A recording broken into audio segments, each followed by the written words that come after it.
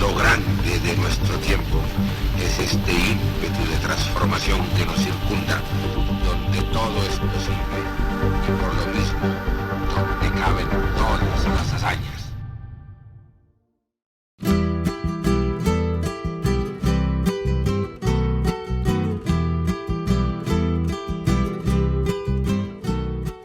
Era un londinense viviendo en Manizales, era un hombre elegantísimo,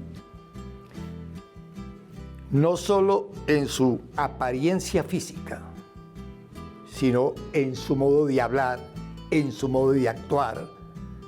Era un gentleman, como dicen, un caballero, no solo, como digo, en su apariencia física, sino en su trato y en lo que hacía, en su manera de actuar, en su manera de vivir. Fue un bon vivant, un hombre de excelente gusto. Arturo Zapata, el editor de la gran literatura caldense. En la década de los 30, escritores tan connotados como Baldomero Sanín, León de Greiff o Vargas Vila venían a Manizales a que un impresor, un editor, imprimiera sus libros. Era inusitado el movimiento que tenía Arturo Zapata en su imprenta, en su editorial, situada en Manizales. Se había iniciado como periodista, fundando con Eudoro Galarza La Voz de Caldas, pero no solamente imprimía los libros, sino que también tenía canales de distribución y los ilustraba de la mano del dibujante y caricaturista Alberto Arango Uribe. Fascinante la historia de este impresor que llegó a imprimir cerca de un centenar de libros en una imprenta situada en Manizales, Arturo Zapata. Nació en 1901 y murió en 1981. Su lugar de nacimiento no se ha definido con exactitud. Sus amigos más cercanos afirman que sí nació en Manizales, pero su familia llegó procedente de Medellín a trabajar en la imprenta El Renacimiento, fundada en 1909. Su familia estuvo vinculada con el periódico El Renacimiento, el primer diario del que se tenga historia en Manizales en 1914. Había aprendido lo relacionado con el oficio de impresión con los hermanos Bedut en la capital antioqueña.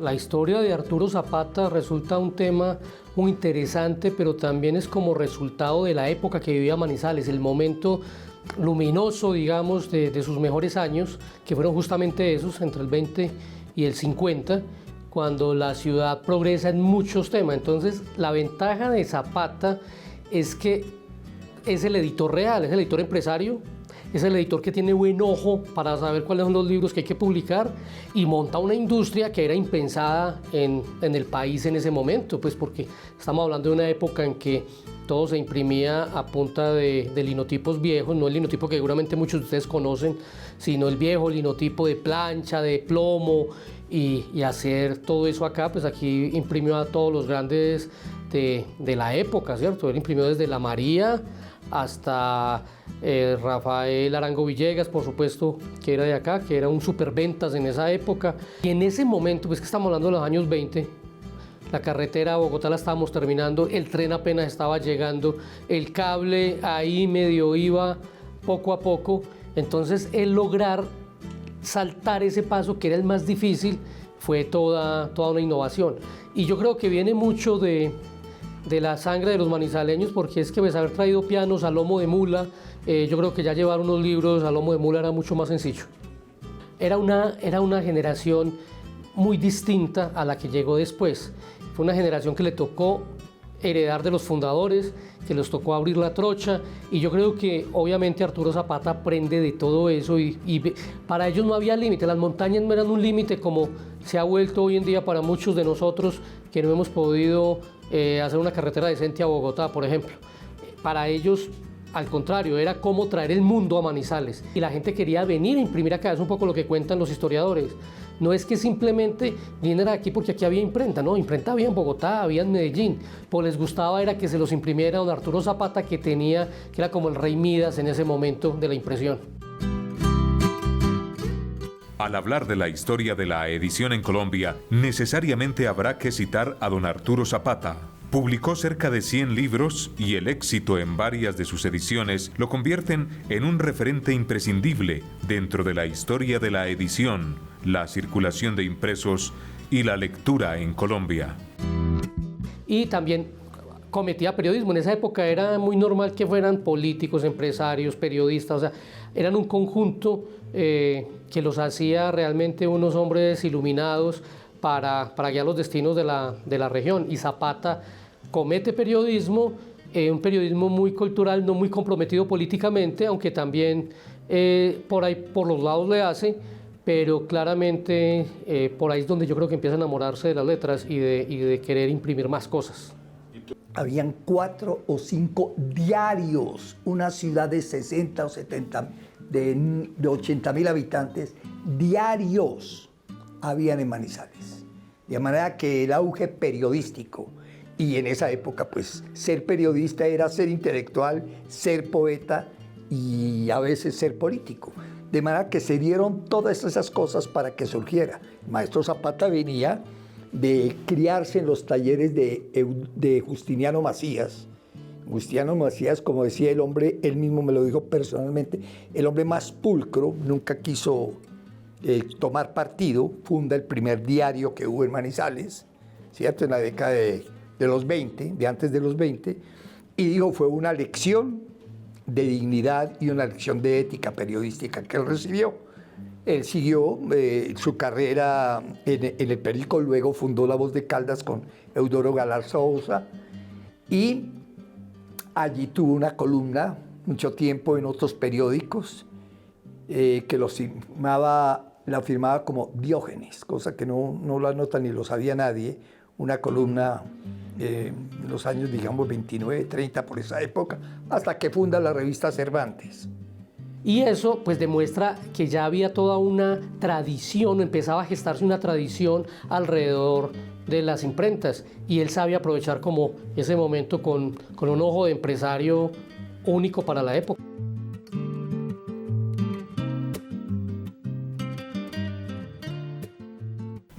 Cervantes surgió como una manera de contribuir a la recaudación de fondos para la reconstrucción de la Catedral de Manizales, después del incendio de 1926, y esta circunstancia la convirtió en centro de reunión de colegas, intelectuales e industriales.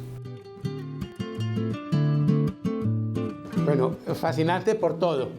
Digamos, fascinante porque era, digamos, el centro del protagonismo cultural que hubo en Manizales entre 1925 y 1938 o 40.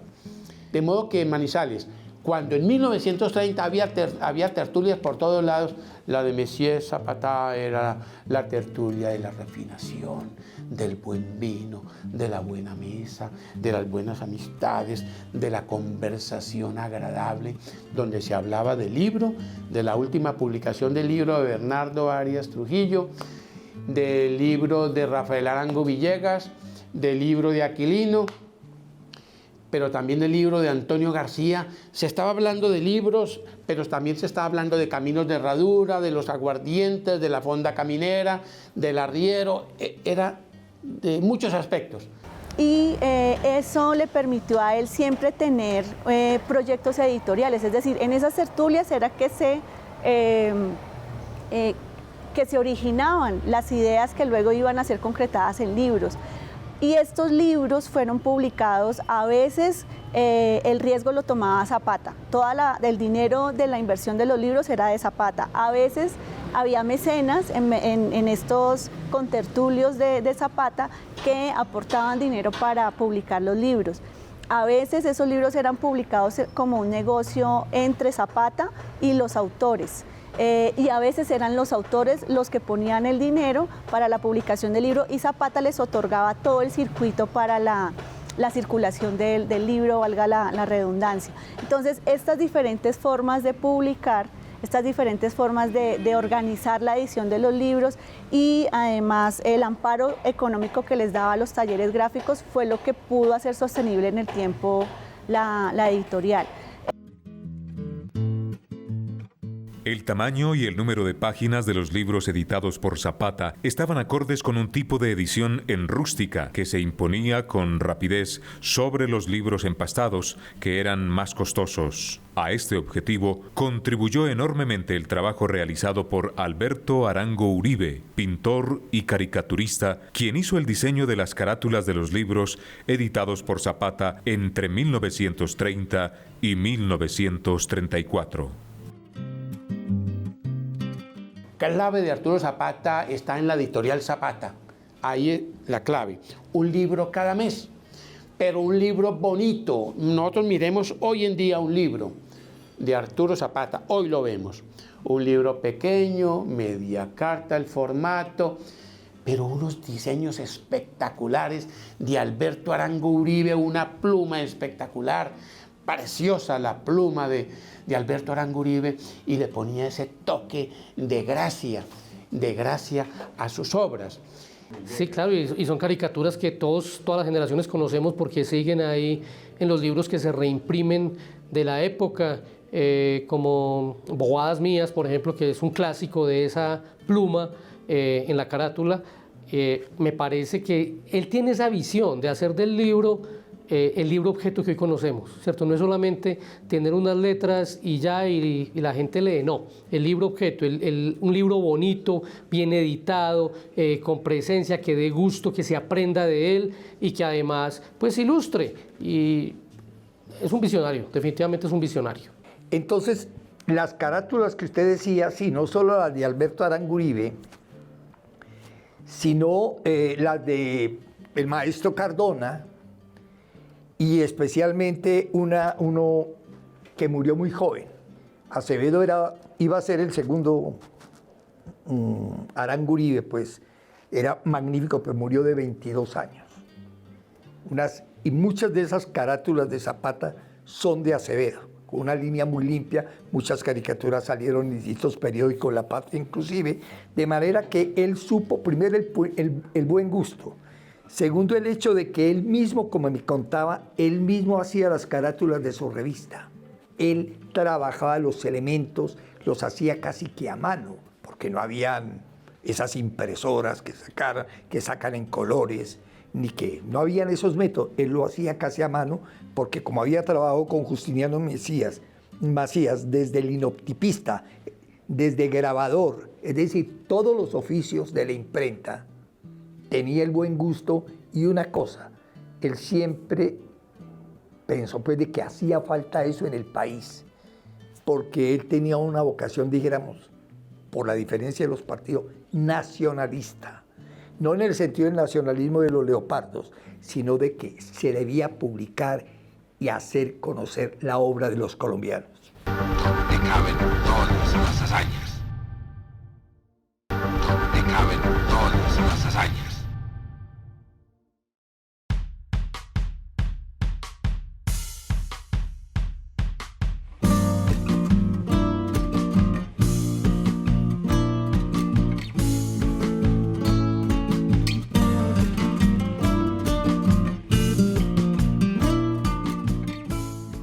Aproximadamente en 1933 aparece el primer libro publicado bajo el sello Casa Editorial y Talleres Gráficos Arturo Zapata. Los 95 libros publicados a lo largo de 26 años por Zapata permiten entender cómo este editor comprendió su oficio en Colombia.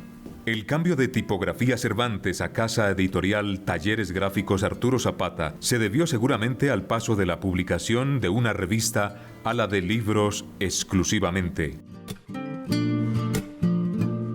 Zapata es muy importante porque en un momento en el que era muy difícil ser editor en Colombia, él logró ser lo que hoy denominaríamos un editor moderno, y es una persona que logró conciliar en él tanto la figura del empresario como la figura del intelectual, que es lo que se espera siempre de un editor, que tenga como una visión intelectual de su proyecto editorial, pero también una visión empresarial y comercial de ese proyecto. Y Zapata lo logra muy bien, como creo yo, me atrevería a decir, como ningún otro editor en el país lo logró en esa primera mitad del siglo XX. Innova en las técnicas de impresión. porque logra modernizar lo que eran las imprentas hasta ese momento. Y además logra hacer conexión con los grandes autores que quieren que aquí sea donde se impriman. Es un personaje que por supuesto genera que la intelectualidad de Manizales salga a flote, que inclusive esa fama que tienen los manizaleños de buenos oradores, de buenos escritores, que de pronto era más de oradores que de escritores, porque nuestros políticos prácticamente no dejaron obra, se debe mucho a eso que hizo Arturo Zapata, que recogía sus discursos, que recogía los artículos de prensa que habían dejado y los convertía en libros y hacía de ellos unos personajes de la literatura, aunque realmente eran unos políticos al 100%. Además de eso, él utilizó mecanismos publicitarios que fueron muy vanguardistas para su época, por ejemplo, el usar los separadores de los libros para darle publicidad a los libros que venían, carteles para publicitar esos nuevos libros y publicidad interna en los libros. Al final de cada libro, en la última página, él anunciaba el libro que iba a venir. Entonces, estos mecanismos de distribución, de comercialización, de publicidad, de difusión y la manera en la que le dio una viabilidad económica al negocio de la edición de libros fue lo que le permitió que esta empresa durara tanto tiempo. ¿Por qué más es importante Arturo Zapata? No solamente porque el escritor llega con su obra y dice: don Arturo, aquí le traigo mi obra para que me la publique. Entonces Arturo simplemente, ¿cuánta plata tiene? No tengo nada. Entonces, listo, vamos a venderlo. Entonces se vende sobre planos el libro, lo anuncia, hoy anuncia el libro, sale el libro de Iván Cocherino, sale el libro de Bernardo Arias Trujillo, o sale Asistencia y Camas. Entonces, próxima edición, anótese en la lista, $1. Entonces la gente se inscribía y daba el pesito por el libro. Hay que dar el peso, porque si no, cuando salga el libro, ya no hay libros. Al mes ya no hay libros. Entonces el libro hay que encargarlo con tiempo. De modo que va Iván Cocherino, va Bernardo Arias. Bernardo Arias nunca tuvo que pagar nada. Nunca tuvo que hacer un depósito. Arias Trujillo para que le publicaran un libro. Los libros se vendían, no solamente que los libros de Arturo Zapata se vendían como pan caliente, sino que se vendían con antelación y tenía una distribución nacional. Eso aquí se quedaban muy poquitos ejemplares. Aquí se vendían 100 o 200 números, pero es que Cali encargaba, Barranquilla, Bogotá encargaban los libros. Entonces es el secreto de editar un libro muy bien, en primer lugar, bien editado, muy bien editado, en primer lugar. En segundo lugar, que el autor no tenía que pagar por ese libro. Y en tercer lugar, que tenía cubrimiento nacional y también lo mandaba al exterior. Él sabía muy bien que una empresa editorial no se podía sostener solamente publicando libros. Entonces, lo que él hizo, que creo que lo hizo de manera muy inteligente, fue siempre tener una base económica, comercial para sus proyectos editoriales, para el proyecto de la publicación de los libros. Él, o mejor dicho, pues en su empresa, él tenía contratos con la licorera de Caldas, con Chocolate Lucker, imprimía las facturas de los servicios públicos, hacía paquetes y las etiquetas para Chocolate Lucker y para la licorera de Caldas. Eso le permitió que hubiera una base económica para la publicación de los libros. Si Zapata se hubiera dedicado solamente a publicar libros, la empresa no se hubiera sostenido en el tiempo. Desde 1930, Zapata había utilizado las páginas de su revista para impulsar su campaña de redención económica nacional, consumir lo que producimos y producir lo que consumimos. Desde que él tuvo su tipografía Cervantes y sobre todo la revista Cervantes, es muy claro cómo él en la revista tenía una campaña muy enfática acerca del nacionalismo, o sea, cómo era necesario que Colombia produjera lo que consumía y consumiera lo que producía. Eso fue muy claro desde la tipografía Cervantes. Y cuando él tiene la editorial la Casa Editorial y Talleres Gráficos Arturo Zapata. En esta editorial, el eslogan de la editorial era compre y lea libros colombianos.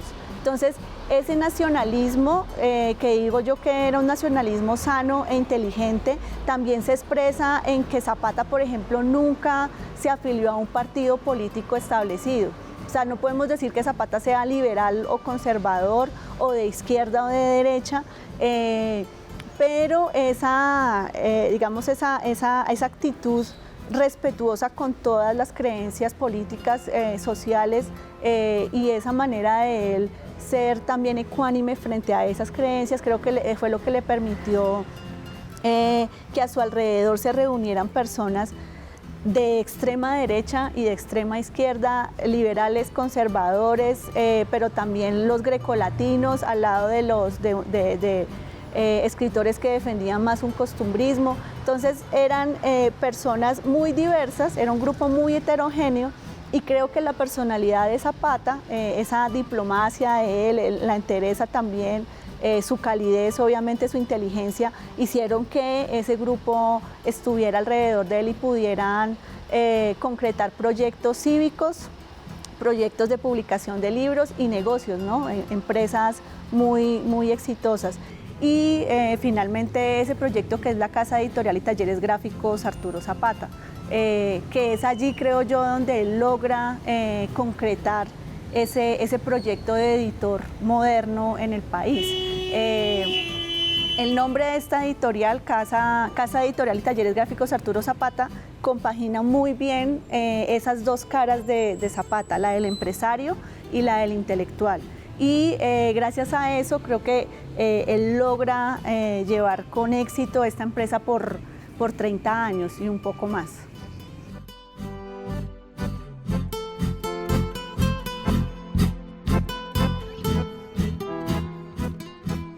Sí que era un hombre más de acción que de palabra. O sea, a Zapata nunca le interesó ser reconocido como un intelectual, pero se rodeó de intelectuales con quienes pudo concretar estos proyectos editoriales y proyectos cívicos para Manizales. En mi investigación descubrí que, por ejemplo, para el inicio de la revista Cervantes había sido reunirse para recolectar dinero después del incendio de Manizales, para reconstruir la ciudad. Entonces, digamos que esos proyectos cívicos siempre iban de la mano con estos proyectos comerciales e intelectuales.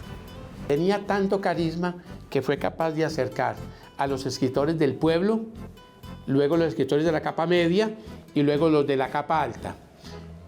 En segundo lugar, tuvo amigos en todos los sectores políticos, liberales, conservadores, pero también en los masones, en la masonería, fue amigo de los masones. Y en la época cuando la iglesia tenía tanto poder, también supo acercarse a la iglesia y tener buenas relaciones con la iglesia católica, con Monseñor Darío Márquez, que era tan complicado en la época, y con todos los sectores, digamos, del clero, además para que no le censuraran las publicaciones que estaban saliendo allí. Pero además tuvo amigos en el sector bancario, en los sectores económicos de la ciudad, para poder financiar y no quebrarse, como se quebró cuando se llevó la revista Cervantes para Bogotá y se quebró en Bogotá, en Manizales no se quebró, pero en Bogotá sí se fracturó. Pero en cambio aquí fue un mecenas, digamos, la palabra es mecenas para los escritores, fue un mecenas, un verdadero mecenas en Manizales, el verdadero o el primer mecenas de la cultura en el departamento del Antiguo Caldas fue Arturo Zapata.